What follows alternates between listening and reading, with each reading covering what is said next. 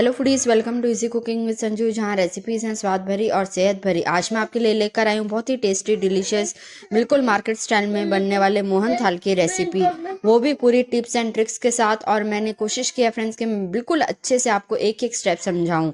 तो चलिए फ्रेंड्स, जल्दी से वीडियो को शुरू करते हैं। सबसे पहले फ्रेंड्स, इसके लिए हम लेंगे 2 कप बेसन। इसमें डालकर हम इसे अच्छे से छान लेते हैं और उसके बाद हम दूसरा कप लेंगे। इस तरीके से इसे छान लीजिए। ये हम दूसरा कप बेसन डाल लेंगे। ये देखिए फ्रेंड्स, इसके ऊपर जो भी गुठलियां रह जाएंगी उन्हें हम रिमूव कर देंगे। ये फ्रेंड्स, मैंने आधे कप से थोड़ा सा कम दूध लिया है। ये नॉर्मल टेम्परेचर का दूध है। अब हम ये इसमें थोड़ा थोड़ा करके डालेंगे और इसे अच्छे से मिक्स करेंगे। ये फ्रेंड्स, हमें बस इतना ही डालना है कि क्योंकि हमने मोटे बेसन का इस्तेमाल नहीं किया। कई बार हमारे साथ प्रॉब्लम होती है कि जैसा मोहन थाल के लिए बेसन चाहिए होता है दरदरा, वैसा हमारे पास होता नहीं। तो इसलिए हम ये दूध डाल रहे हैं ताकि हमें दरदरा बेसन मिल जाए। ये देखिए फ्रेंड्स, बस हमें इतना ही दूध मिक्स करना है। जैसा कि आप देख पा रहे होंगे कि ये थोड़ा सा इकट्ठा सा हो रहा है, बस इतना ही। फाइन पेस्ट बिल्कुल ना बनाएं। और ये जो दूध बच गया इसे अब हम यूज नहीं करेंगे। अब इसे फ्रेंड्स दोनों हाथों की मदद से पहले अच्छे से मसल लें ताकि दाना दाना अलग अलग हो जाए, इस तरीके से। ये देखिए फ्रेंड्स, इसे मैंने दोनों हाथों से मसल मसल के पूरे दूध को बेसन में मिक्स कर लिया है अच्छे से। आपको भी इसी तरीके से करना है। और ये सारा जब मसला जाए तो उसके बाद फ्रेंड्स हमें इसे वापस छलनी से छानना है ताकि इसका हमें एकदम दानेदार पाउडर मिल जाए। अब हम इसे छान लेते हैं। अब वापस फ्रेंड्स, मैंने छलनी ले ली है और मैं इसको थोड़ा थोड़ा करके छलनी के अंदर डालूंगी और इसे अच्छे से छान लूंगी। ये देखिए फ्रेंड्स, जैसा कि आपको दिखाई दे रहा है, नीचे बिल्कुल हमें इसका दानेदार पाउडर मिल रहा है। हमें इसी की जरूरत थी। और ऊपर जो भी दाने रह रहे हैं फ्रेंड्स, उसे इस तरीके से हाथ से मिक्स करते हुए छलनी से अच्छे से छान लीजिए। मैं वापस फ्रेंड्स आपको रिपीट कर रही हूँ कि इसका आपको पेस्ट नहीं बनाना है बिल्कुल भी।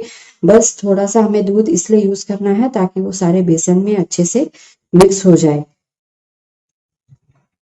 अब देखिए फ्रेंड्स, ये जो मोटे मोटे दाने बच गए हैं बेसन के, इन्हें हम थोड़ा सा मिक्सर में ग्राइंड करके उसके बाद छान लेंगे। ये देखिए फ्रेंड्स, मैंने सारे मिक्सचर को जो थोड़ा सा बच गया था उसे मिक्सर में ग्राइंड कर लिया। और ये देखिए, ऊपर जो दाने बच गए हैं इन्हें हम हटा देते हैं।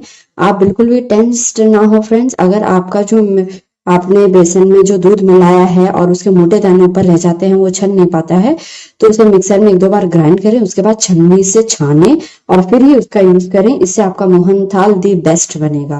तो मैं इसे हटा देती हूँ फ्रेंड्स। अब हम आगे का प्रोसेस कर लेते हैं। अब फ्रेंड्स, ये मैंने एक कढ़ाई ले ली है और इसमें मैं डाल रही हूँ 2 कप हमने बेसन लिया था, तो ये मैं 3/4 कप देसी घी का इस्तेमाल कर रही हूँ।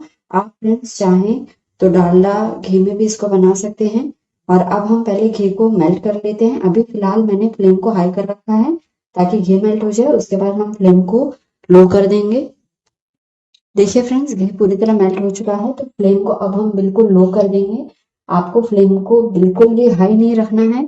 हमें बेसन की सिकाई करनी है फ्रेंड्स। तो ये बिल्कुल हम लो फ्लेम पे करेंगे और धीरे धीरे करके सारा बेसन इसमें डाल देंगे। तो मैंने सारा बेसन इसमें डाल दिया है।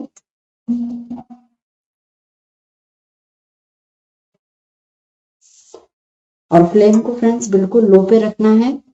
अब यहाँ से फ्रेंड्स हमारा मेन काम शुरू होता है और वो है बेसन की सिकाई। जी हाँ फ्रेंड्स, आपको बिल्कुल लो फ्लेम पे लगभग 20 से 25 मिनट लग जाते हैं। बेसन को बिल्कुल अच्छे से भूनना है जब तक इसकी महक आने नहीं लग जाए और इसका कलर चेंज नहीं हो जाए। बिल्कुल भी जल्दबाजी ना दिखाएं, नहीं तो आपका मोहन थाल अच्छा नहीं बनेगा और बेसन जो है वो कच्चा कच्चा लगेगा। आप बिल्कुल लो फ्लेम पे पेशेंस के साथ में इसकी अच्छे से सिकाई करिए। ये फ्रेंड्स, मैंने आपको बिल्कुल परफेक्ट मेजरमेंट बताया है।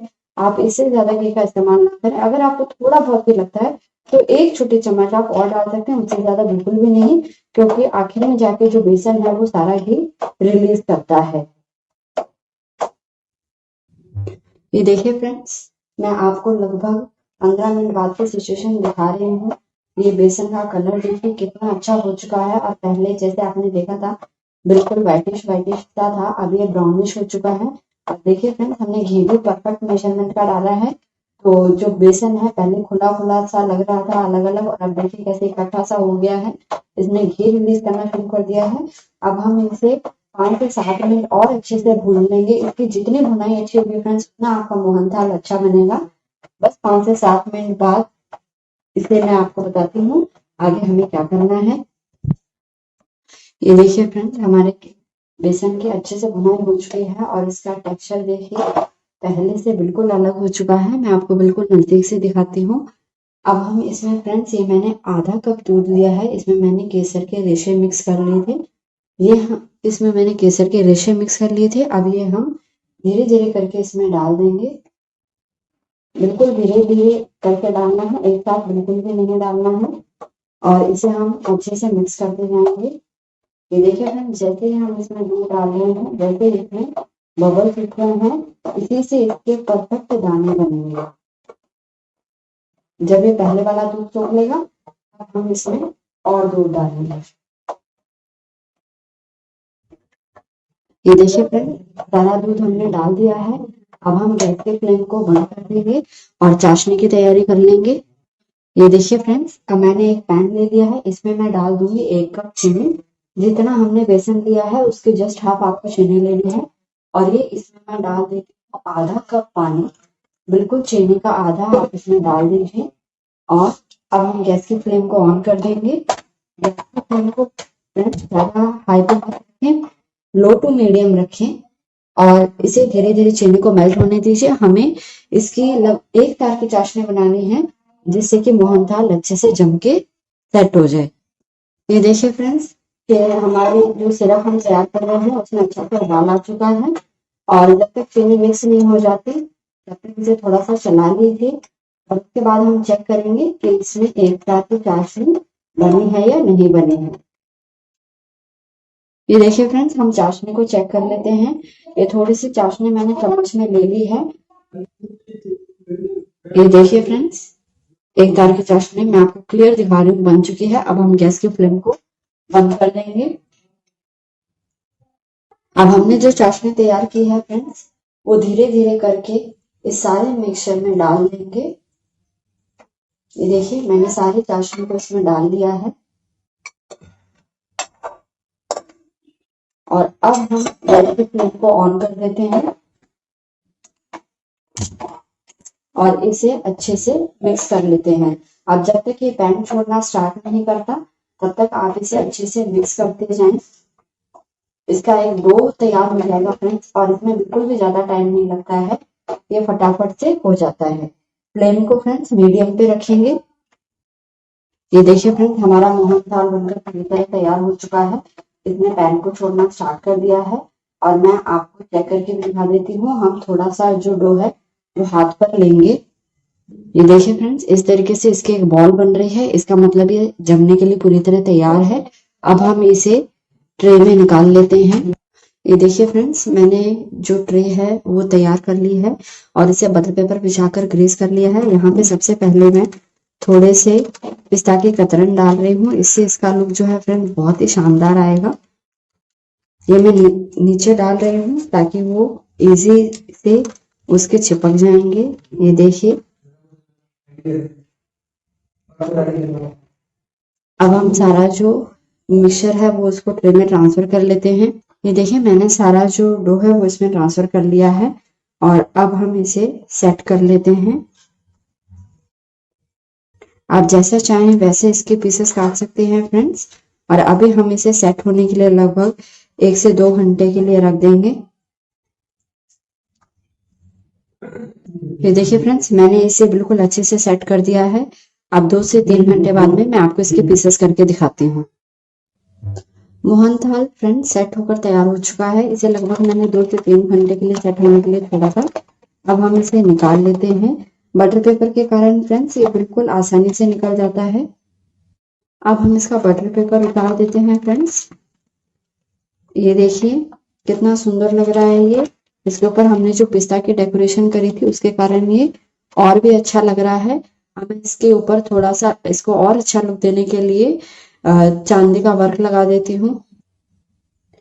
ये बिल्कुल ऑप्शनल है फ्रेंड्स, आप लगाना चाहें तो लगाइए अदरवाइज इसका टेस्ट इतना अच्छा होता है कि इसके बिना भी बहुत अच्छा लगता है। हम इसके पीसेस कर लेते हैं फ्रेंड्स। पीसेस फ्रेंड्स जैसा आप करना चाहें, जैसे शेप देना चाहें वैसे दे दीजिए। मैं इनको स्क्वायर शेप दे रही हूँ क्योंकि मोहन थाल अमूमन स्क्वायर शेप में ही हमें मिलता है। ये देखिए कितने मुलायम और आसानी से इसके पीसेस हो रहे हैं। फ्रेंड्स आप इस रेसिपी को जरूर ट्राई करें, ये आपको बेहद पसंद आएगी और आपके घर पे इसको सब बहुत लाइक करेंगे।